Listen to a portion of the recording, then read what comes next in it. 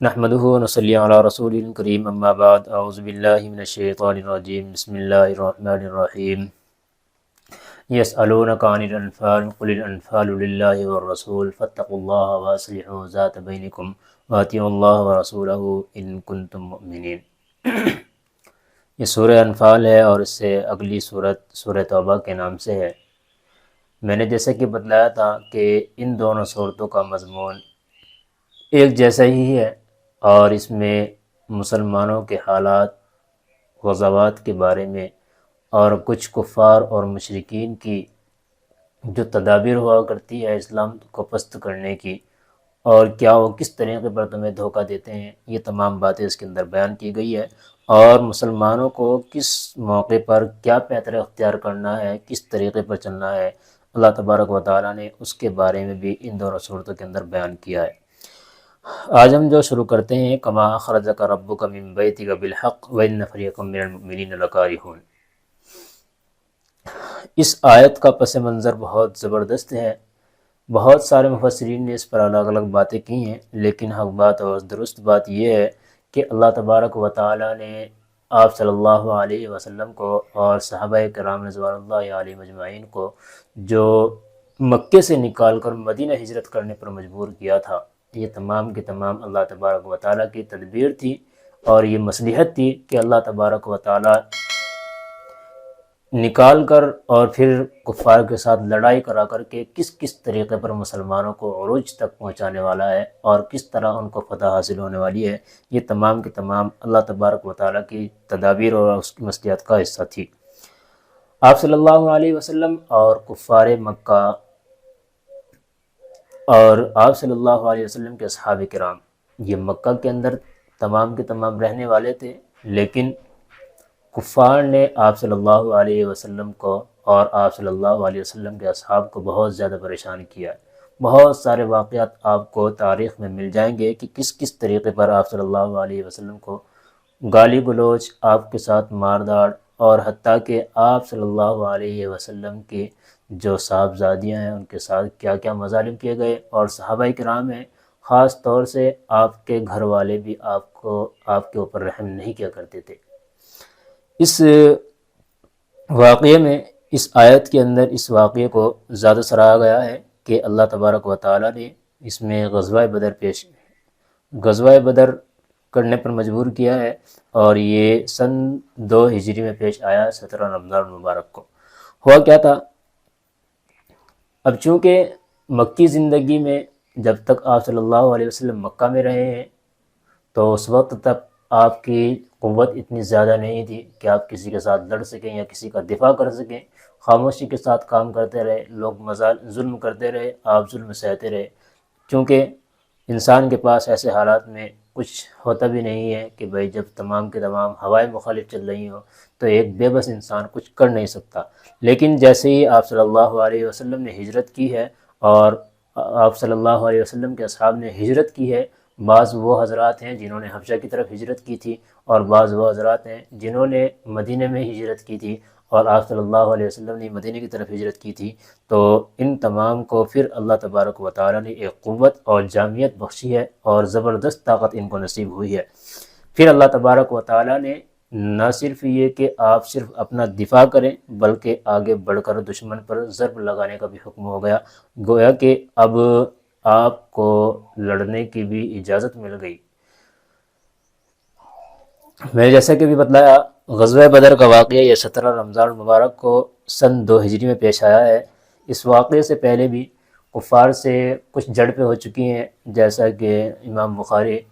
رحمہ اللہ تعالیٰ نے ذات العشیرہ کا غزوہ بھی ذکر کیا ہے اور اس میں کچھ حدیثوں کو بیان کیا ہے۔ کمال کی بات یہ ہے کہ کفار مکہ حبشہ تک پہنچے،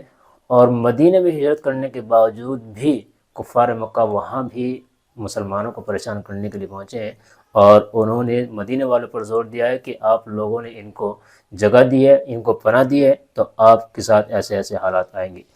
اور حبشہ کے بادشاہ کو تو بہت زیادہ تحفے تحائف بھی دیے، لیکن وہاں دال نہیں گلی ہے، تو پھر یہ وہاں سے نکلے ہیں، اور ان کے ساتھ پھر جو معاملات پیش آئے ہیں وہ تواریخ کے اندر بہت زبردست موجود ہیں۔ بہرحال مشرکین اہل اسلام کو مدینہ میں سکون سے زندگی بسر کرنے نہیں دیتے تھے، بلکہ ہر وقت ڈراتے دھمکاتے رہتے، لیکن مسلمان ان حالات میں بھی اپنا دفاع اور کفار پر ضرب لگانے کے منصوبے بناتے رہتے تھے۔ مکے کے تاجر کا پیشہ تھا کہ بھائی یہ لوگ تجارت کیا کرتے تھے، اور سردی کے موسم میں یمن جیسے گرم علاقوں میں، اور گرمی کے موسم میں شام اور فلسطین کی جانب یہ جایا کرتے تھے۔ اس دوران مشرکین مکہ نے 50,000 دینار کا تجارتی سامان کے ساتھ اپنا ایک قافلہ شام کی طرف روانہ کیا کہ بھائی وہاں سے فائدہ حاصل ہوگا۔ یہ قافلہ 150 اونٹوں پر مشتمل تھا، جس کی نگرانی کے لیے ابو سفیان اور عمرو بن العاص کی نگرانی تھی، جس میں 40 آدمی ہمراہ بھی تھے، یعنی کہ یہ بہت بڑا اس اعتبار سے قافلہ تھا۔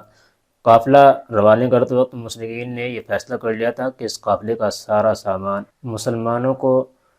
گرانے پر جو اس سے منافع حاصل ہوگا اور مسلمانوں کے خلاف تیاری پر خرچ کیا جائے گا۔ جب یہ قافلہ شام سے واپس مکہ کی طرف آ رہا تھا تو اللہ تعالیٰ نے بذریعہ وحی آپ صلی اللہ علیہ وسلم کو یہ بات بتلا دی اور خبر کر دی کہ ایسا ایسا آپ کے ساتھ کیا جانا ہے۔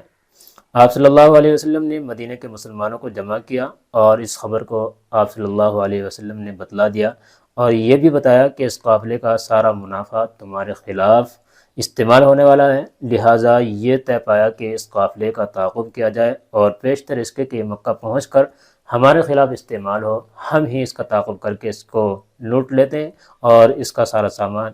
ہم اپنے پاس رکھ لیتے ہیں۔ بہرحال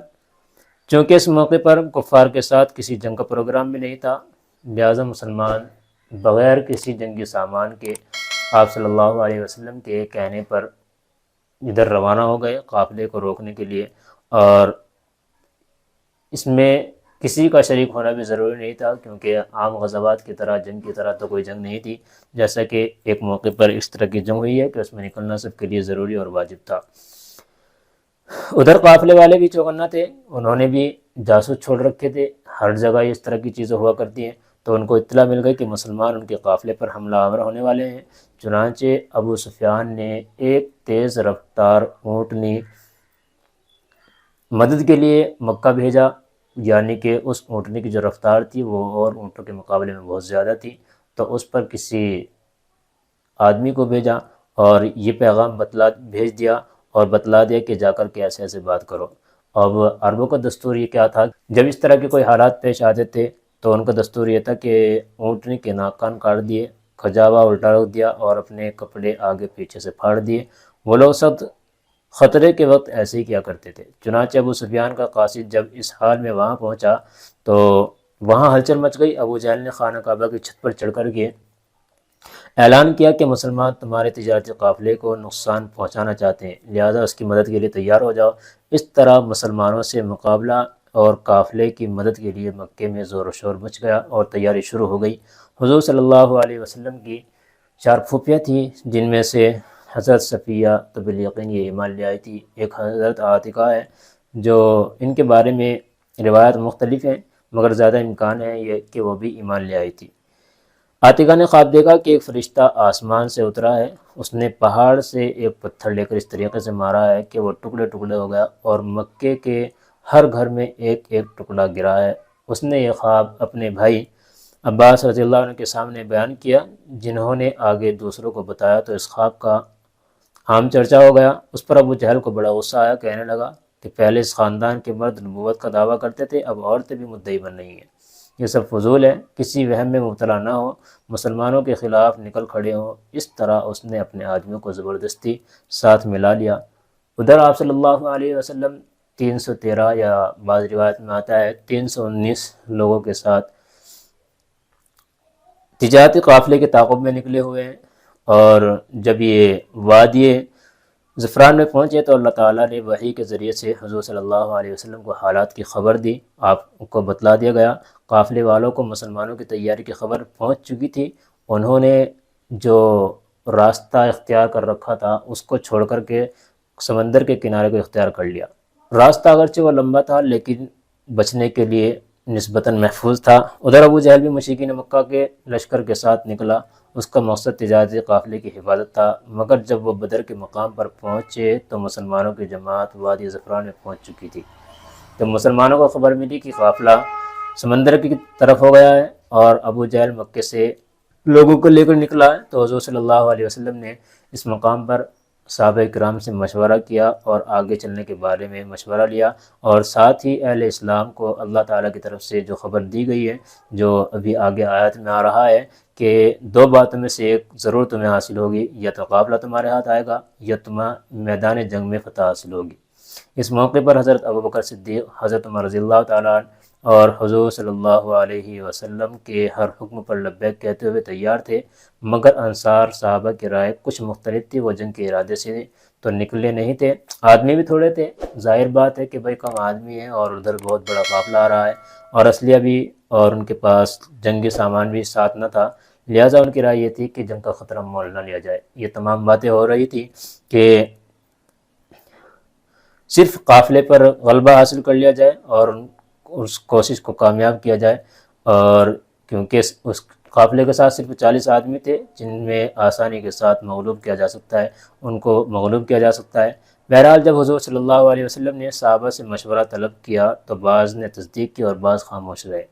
آپ صلی اللہ علیہ وسلم بار بار فرماتے تھے، کہتے تھے، اور جس طرح حکم دیں گے، بعض صحابہ تو کہتے ہیں جس طرح حکم دیں گے ہم کر گزریں گے، آپ کے ایک اشارے پر ہم خشکی اور سمندر میں ہر جگہ جانے کو تیار ہیں، ہر مشکل سے مشکل مقام میں گھس جائیں گے۔ حضرت موسیٰ علیہ السلام کی طرح ہم نہیں کہیں گے اِنَّ هَٰؤُنَا قَاعِدُونَ کہ فَاذْهَبْ أَنْتَ وَرَبُّكَ فَقَاتِلَا کہ آپ اور آپ کا رب جا کر کے لڑے، ہم یہیں پہ بیٹھے ہوئے ہیں، ایسی بات ہم نہیں کہیں گے۔ لیکن اس کے بعد بھی آپ صلی اللہ علیہ وسلم چونکہ چاہتے تھے کہ یہ انصار ہیں بیچارے مدینے کے، یہ بھی کچھ بول جائیں، تو آپ صلی اللہ علیہ وسلم پھر دوبارہ ارشاد فرما دیتے۔ اس پر سعد بن معاذ رضی اللہ تعالیٰ عنہ اور بعض دوسرے صحابہ نے تقریر کی اور عرض کیا، حضور ہم آپ کے ہر حکم پر سر تسلیم خم کریں گے، آپ کے اشارے پر ہم جان دینے کو تیار ہیں، جو کہ بہت قیمتی چیز ہوا کرتی ہے۔ حضور صلی اللہ علیہ وسلم نے انصار کی یہ بات سن کر کے کہا کہ بھائی سیرو علی برکت اللہ، چلو اللہ کی برکت سے، یعنی بدر کی طرف چلو جہاں ابو جہل اپنے لشکر کے ساتھ پہنچ چکا ہے۔ یہ آپ صلی اللہ علیہ وسلم نے ارشاد فرمایا، اور تمام باتیں اسی صورت کے اندر آ رہی ہیں جیسا کہ آیا ہے، کما اخرجک ربک من بیتک بالحق، جیسا کہ ہم نے آپ کو نکالا آپ کے گھر سے حق کے ساتھ، وَإِنَّ فَرِيقًا مِّنَ الْمُؤْمِنِينَ لَكَارِهُونَ، اگرچہ ایک فریق اس میں سے بھی ناپسند کرتا تھا، یجادلونک فی الحق بعد ما تبین کانما یساقون الی الموت وهم ينظرون، اور آگے چل کے وَإِذْ يَعِدُكُمُ اللَّهُ إِحْدَى الطَّائِفَتَيْنِ أَنَّهَا لَكُمْ، اور جب اللہ تعالیٰ نے تم سے وعدہ کیا ہے دو باتوں میں سے ایک بات کا کہ تم کو دو میں سے ایک بات حاصل ہوگی، وہی ہے کہ بھائی یا تو قافلے پر آپ کامیاب ہو جاؤ گے یا آپ کو جنگ کے اندر فتح نصیب ہو جائے گی، اس کے باوجود بھی انہا لکم متودون ان غیر ذات الشوکہ، اور تم میں سے بعض وہ تھے جو چاہتے تھے کہ بغیر کانٹے کے کسی چیز کو حاصل کر لیں، یعنی کہ بغیر لڑے جھگڑے ہی یہ سامان قافلے کا ہمارے ہاتھوں میں آ جائے، اور اللہ تعالیٰ کچھ اور چاہتا تھا۔ وَيُرِيدُ اللَّهُ أَن يُحِقَّ الْحَقَّ بِكَلِمَاتِهِ، اور اللہ چاہتا ہے کہ وہ حق کو حق کلمے کے ساتھ ثابت کر دے، وَيَقْطَعَ دَابِرَ الْكَافِرِينَ، اور کافروں کی کونچوں کو کاٹ ڈالے، لِيُحِقَّ الْحَقَّ وَيُبْطِلَ الْبَاطِلَ، اور چاہتا ہے کہ حق کو واضح کر دے اور باطل کو ختم کر دے، اگرچہ مجرمین کو کیا ہو ناگوار گزرے۔ اسی طریقے پر جب یہ واقعہ پیش آیا ہے، اللہ تعالیٰ نے آگے ارشاد فرمایا، استستغیثون ربکم فاستجاب لکم انی ممدکم بِأَلْفٍ مِّنَ الْمَلَائِکَةِ مُرْدِفِینَ، کہ بھائی تم پہنچو تو صحیح، تم جو دعا کر رہے ہو۔ آپ صلی اللہ علیہ وسلم نے جنگ بدر کے موقع پر بہت زیادہ دعائیں کی ہیں۔ ایک خیمے کے اندر حضرت علی رضی اللہ تعالیٰ عنہ کا قول ہے، وہ کہتے ہیں کہ جنگ بدر کے موقع پر تمام صحابہ کرام سو چکے تھے، لیکن آپ صلی اللہ علیہ وسلم کی ایک واحد ذات ایسی تھی جو صرف خیمے کے اندر دعائیں کر رہی تھی، اور بہت زیادہ روئے آپ صلی اللہ علیہ وسلم۔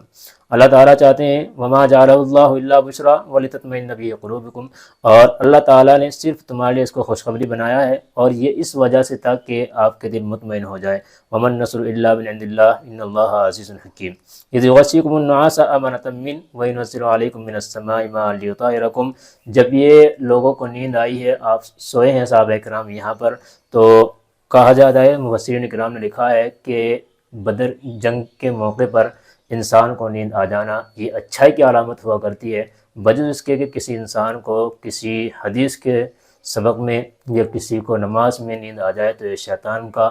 حملہ ہوا کرتا ہے، شیطان اس کے اوپر غالب آ جایا کرتا ہے۔ حضرت مولانا حسین احمد مدنی نور اللہ مرقدہ بیان کرتے ہیں،